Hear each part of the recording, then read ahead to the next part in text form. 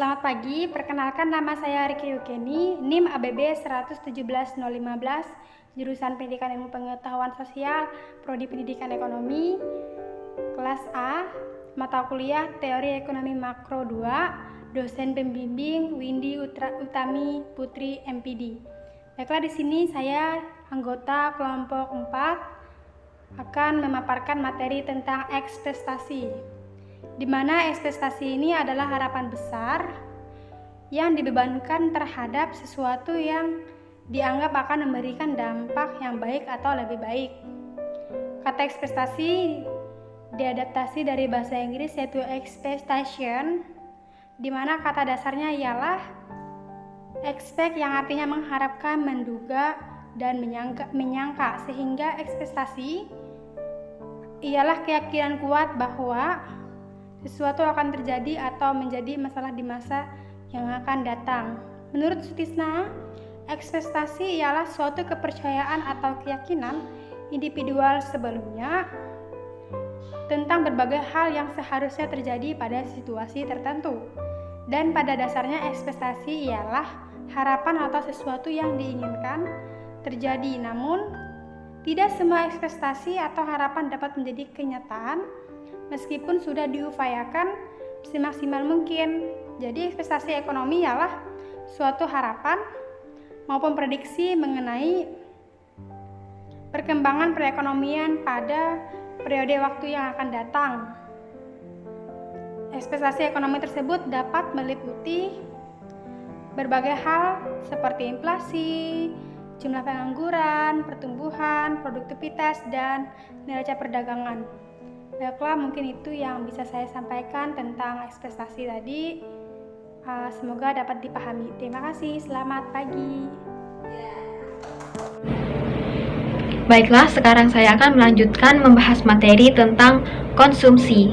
Konsumsi adalah suatu kegiatan yang dilakukan dengan tujuan menghabiskan nilai guna suatu barang atau jasa.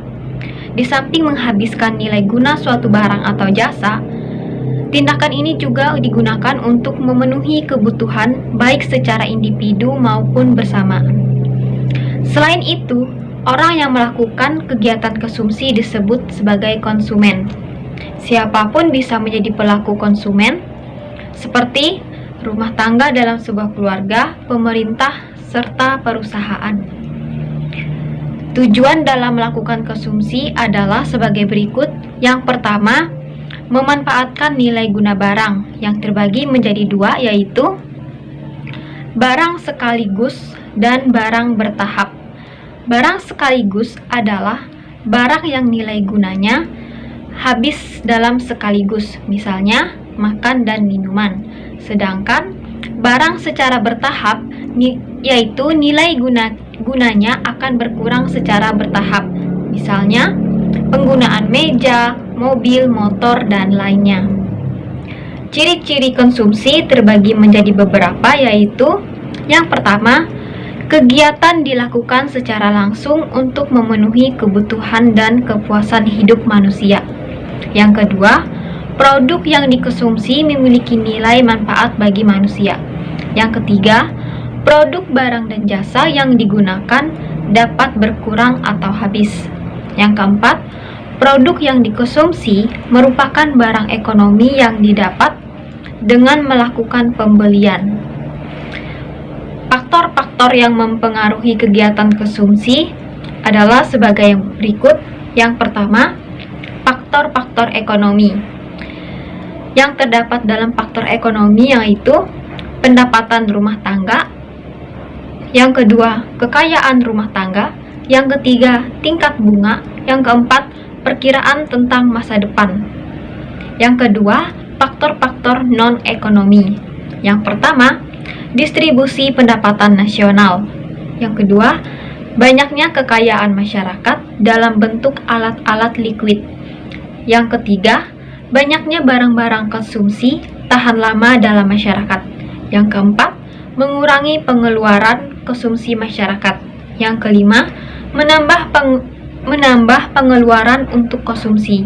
Yang keenam, barang-barang konsumsi terpakai lama umumnya harganya mahal. Yang ketujuh, kebijaksanaan finansial perusahaan-perusahaan. Yang kedelapan, kebijaksanaan perusahaan-perusahaan dalam pemasaran seperti bertambahnya permintaan produk akan tercermin oleh bergesernya fungsi konsumsi ke atas. Yang kedelapan, ramalan masyarakat akan adanya perubahan tingkat harga. Untuk materi selanjutnya akan dilanjutkan oleh teman saya. Terima kasih. Terima kasih. Nama saya Ardiansa, NIM MB117011. Di sini saya akan membahas materi tentang investasi. Investasi adalah suatu istilah dengan beberapa pengertian yang berhubungan dengan keuangan dan ekonomi. Istilah tersebut berkaitan dengan akumulasi suatu bentuk aktiva dengan suatu harapan mendapatkan keuntungan di masa depan. Terkadang investasi disebut juga sebagai penanaman modal. Berdasarkan teori ekonomi, investasi berarti pembelian dan berarti juga produksi dari kapital atau modal barang-barang yang tidak dikonsumsi tetapi digunakan untuk produksi yang akan datang. Tujuan investasi adalah antara lain satu, untuk mendapatkan sebuah pendapatan yang tetap dalam setiap periode, yaitu antara lain seperti bunga, royalti, dividen, atau uang sewa, dan lain sebagainya. Dua, untuk membentuk suatu dana khusus, misalnya dana untuk suatu kepentingan ekspansi, kepentingan sosial. Tiga, untuk mengontrol atau mengendalikan suatu perusahaan lain melalui pemilikan sebagian ekuitas suatu perusahaan tersebut. Empat, untuk menjamin tersedianya sebuah bahan baku dan untuk mendapatkan pasar untuk produk yang dihasilkan. 5, untuk mengurangi persaingan di antara sebuah perusahaan-perusahaan yang sejenis. 6, untuk menjaga hubungan antar perusahaan. Assalamualaikum warahmatullahi wabarakatuh. Perkenalkan, nama saya Piramida Yunita. Saya dari kelompok 4. Di sini saya ingin menjelaskan tentang uang. Yang pertama saya akan menjelaskan pengertian uang, yang kedua saya akan menjelaskan syarat-syarat uang, yang ketiga saya akan menjelaskan fungsi dari uang. Langsung saja yang pertama, pengertian uang. Dalam ilmu ekonomi tradisional, uang adalah sesuatu yang biasa diterima oleh masyarakat umum sebagai alat pembayaran dan sebagai alat tukar-menukar. Alat tukar yang bisa berupa benda apa saja yang diterima oleh setiap orang di masyarakat dalam proses pertukaran barang dan jasa. Sebelum uang diciptakan, masyarakat zaman dahulu melakukan perdagangan barter, di mana barter merupakan perdagangan barang dengan barang. Yang kedua saya akan menjelaskan syarat-syarat uang. Alat pertukaran yang dapat disebut uang harus memiliki syarat-syarat sebagai berikut. Yang pertama, diterima secara umum. Maksudnya diterima secara umum penggunaannya baik sebagai alat pembayaran, sebagai standar mencicil utang, maupun sebagai alat tukar-menukar barang dan jasa. Yang kedua, mudah disimpan atau dipindah tangankan. Maksudnya mudah disimpan artinya penyimpanannya tidak sulit, bisa dimasukkan di tempat-tempat yang kecil walaupun jumlahnya banyak, dan bisa dimasukkan ke tempat-tempat yang tidak menyulitkan kita menyimpannya. Yang ketiga, tahan lama dan tidak mudah rusak. Artinya tidak mudah rusak artinya uang itu secara fisik tidak mudah rusak atau robek mengganggu nilai dari uang tersebut. Yang keempat, dapat dibagi-bagi dan tidak mengurangi nilainya. Mudah dibagi-bagi artinya mudah diatur pembagiannya menurut satuan atau unit berbagai bentuk nominal untuk melancarkan transaksi jual beli. Selanjutnya, mempunyai nilai yang stabil dan tetap. mempunyai kestabilan nilai atau ketetapan dari nilai uang tersebut. Selanjutnya mempunyai kesamaan kualitas. Selanjutnya ada jaminan dari pemerintah, dan yang terakhir syarat dari uang itu tidak mudah dipalsukan. Yang ketiga saya akan bahas fungsi uang. Di mana dalam fungsi uang ini terdapat 4 fungsi. Yang pertama, uang sebagai alat tukar menukar. Uang sebagai alat tukar menukar. Fungsi uang sebagai alat tukar menukar didasarkan pada kebutuhan manusia yang mempunyai barang dan kebutuhan manusia yang tidak mempunyai barang, di mana uang sebagai perantara di antara mereka. Uang dapat berfungsi sebagai alat tukar menukar untuk mendapatkan suatu produk, barang, dan jasa, dengan catatan harus diterima dengan tulus, ikhlas, dan dijamin oleh pemerintah, serta dijaga keamanannya dari tindak pemalsuan uang. Pembeli akan menyerahkan sejumlah uang kepada penjual atas produk yang ia terima, sedangkan penjual akan menerima sejumlah uang dari pembelian produk yang dijualnya sesuai dengan kesepakatan yang telah dibuat sebelumnya. Yang kedua, fungsi uang yang kedua yaitu satuan hitung. Satuan hitung maksudnya adalah uang sebagai alat yang digunakan untuk menunjukkan nilai barang dan jasa yang diperjualbelikan di pasar, dan besarnya kekayaan yang bisa dihitung berdasarkan penentuan harga dari barang tersebut. Fungsi yang ketiga yaitu sebagai alat penimbun kekayaan. Sebagai alat penimbun kekayaan, yaitu sebagian orang biasanya tidak menghabiskan semua uang yang dimilikinya untuk keperluan konsumsi. Ada sebagian uang yang disisihkan dan ditabung untuk keperluan masa datang. Dan fungsi uang terakhir yaitu sebagai alat pembayaran utang. Sebagai alat pembayaran utang, maksudnya penggunaan uang sebagai alat pembayaran utang erat berkaitan dan bersamaan waktunya dengan penerimaan masyarakat sebagai alat tukar ataupun alat satuan hitung. Oleh karena itu, kegiatan utang piutang adalah berkaitan dengan uang dan merupakan suatu gejala yang umum dalam dunia perdagangan dan perekonomian masyarakat. Dengan adanya uang yang digunakan untuk melakukan pembayaran utang piutang secara tepat dan cepat, baik secara tunai ataupun angsuran, akan bisa meningkatkan usaha perekonomian ataupun usaha-usaha perdagangannya, karena uang telah bisa dijadikan sebagai alat untuk mengatur pembayaran tersebut. Itulah penjelasan dari saya tentang uang. Kurang dan lebihnya saya mohon maaf. Wassalamualaikum warahmatullahi wabarakatuh. Jadi materi selanjutnya yaitu tentang jenis-jenis uang. Jadi uang dibedakan berdasarkan dari bahannya dan dari nilai uangnya. Nah, jadi berdasarkan bahan dari uang yaitu dibedakan uang logam dan uang kertas. Nah, uang logam ini terdiri atas emas, perak, dan logam ataupun perunggu. Sedangkan uang kertas yaitu uang yang terbuat dari lembaran yang terbuat dari kertas atau bahan lainnya yang menyerupai kertas.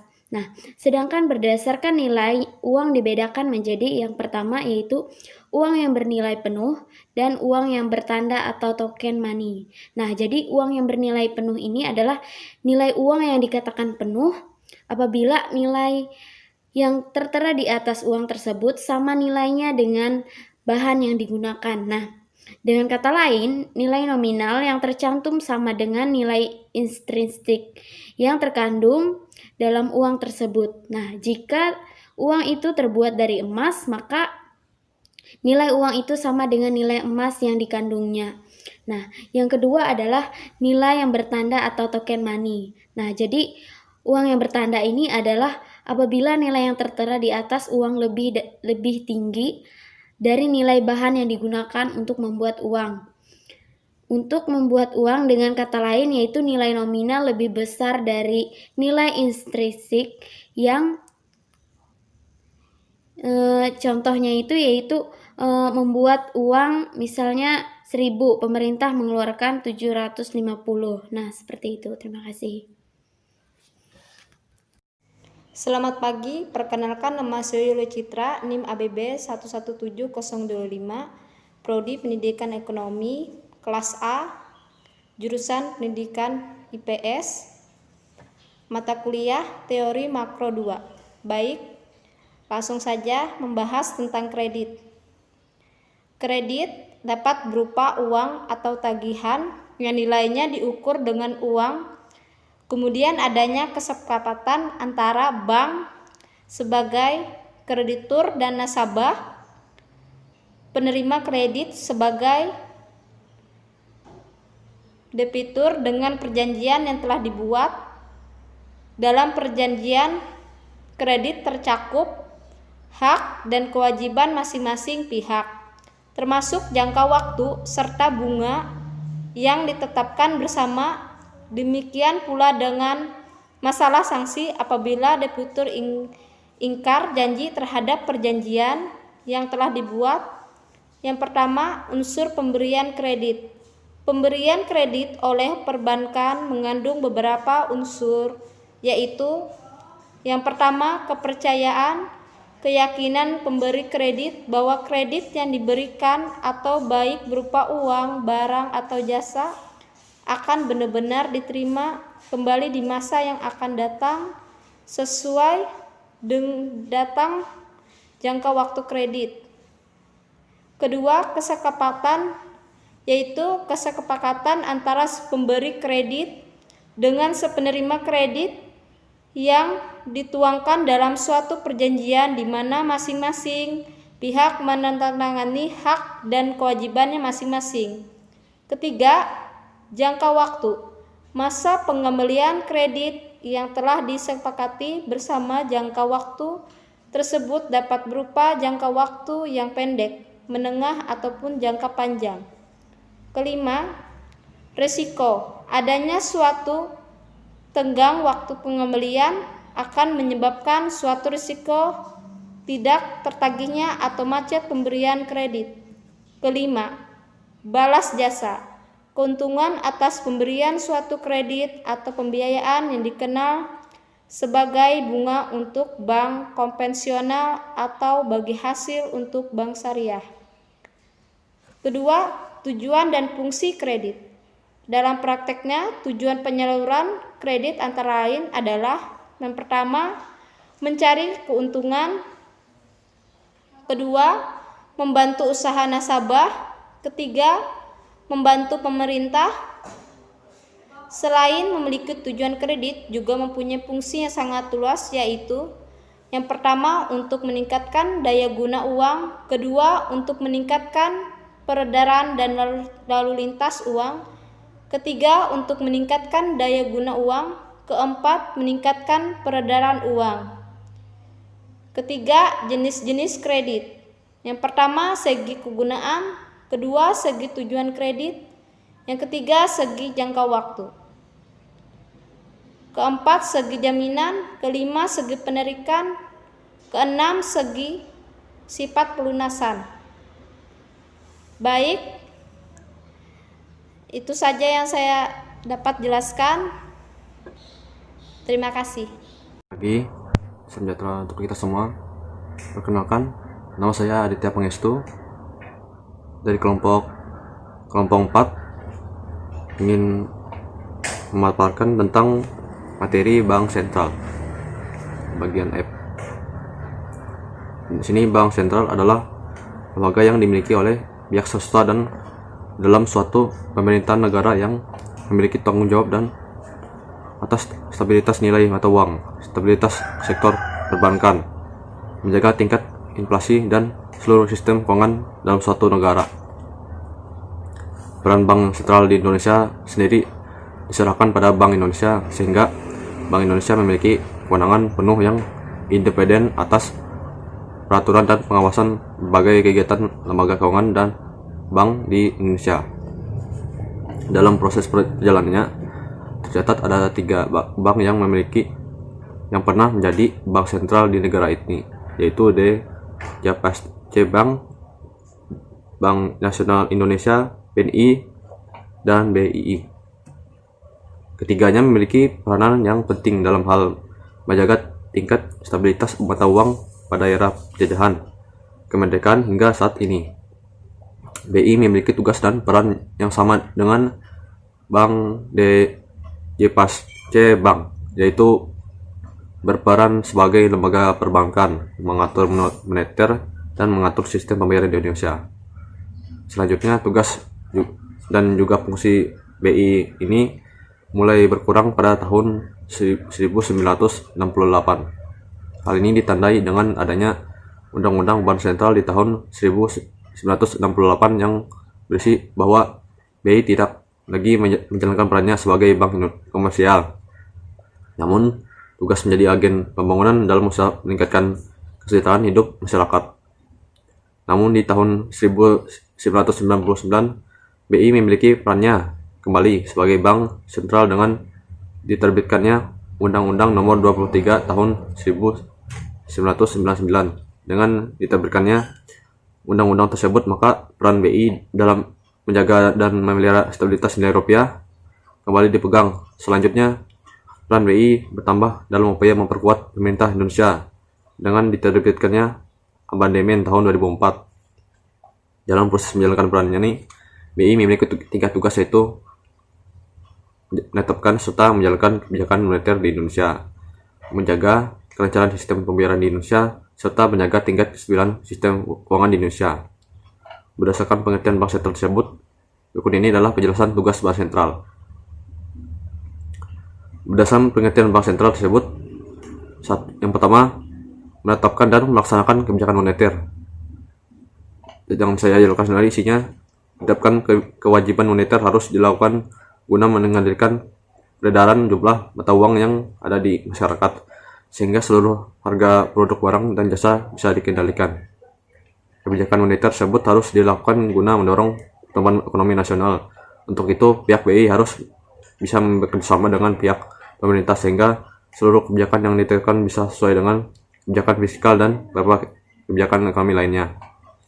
Yang kedua itu mengatur dan menjaga kelancaran sistem pembayaran. Maksud dari sistem pembayaran ini adalah sistem pembayaran tunai dan non-tunai. Bank Indonesia berperan penuh dalam melahirkan aturan standar, kesepakatan dan juga prosedur untuk digunakan dalam mengatur peredaran uang. Yang ketiga itu mengatur dan mengawasi perbankan. Dalam hal ini BI harus melakukan pengawasan makroprudensial guna menjaga kestabilan sistem uang yang berlaku di Indonesia. Kebijakan makroprudensial merupakan suatu kebijakan yang disusun oleh untuk memberikan batasan pada risiko dan biaya krisis yang sistemik agar tetap bisa menjaga keseimbangan sistem keuangan di Indonesia. BI selaku Bank Sentral di Indonesia mempunyai wewenang yang memiliki sudah diatur dalam Undang-Undang Republik Indonesia, yakni yang pertama, kewenangan membuat kebijakan moneter. BI harus menentukan dan menetapkan adanya tingkat diskon, jumlah cadangan minimal bank umum, serta harus membuat kebijakan pembiayaan dan kredit. Selain itu, BI harus menetapkan dan juga menentukan target moneter dengan cara menentukan tingkat inflasi yang terjadi di Indonesia setiap tahunnya. Lebih dari itu, BI juga memiliki wewenang dan mengendalikan moneter dengan tidak dibatasi pada kegiatan pasar terbuka di pasar uang tersebut. Dan yang kedua ini, kewenangan mengatur sistem pembayaran. Dalam hal ini, BI memiliki 3 wewenang utama. Yang pertama itu BI memiliki kewenangan dalam membentuk dan menentukan dan menetapkan penggunaan alat pembayaran. Yang kedua itu membuat serta memberikan persetujuan izin atas adanya penyelenggaraan sistem pembayaran. Dan yang terakhir itu mengawasi menyelenggarakan sistem pembayaran. Yang ketiga ini yang terakhir, kewenangan mengatur dan mengawasi perbankan.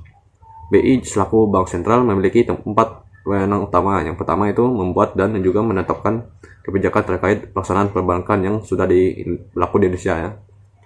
Kedua itu memberikan sanksi kepada pihak yang sudah melanggar kebijakan yang sebelumnya sudah ditetapkan sesuai dengan peraturan undang-undang. Yang ketiga, memberikan atau mencabut izin kelembagaan dan kegiatan usaha bank. Terakhir itu mengawasi berbagai kegiatan bank konvensional, baik itu dalam sistem perbankan atau secara individu.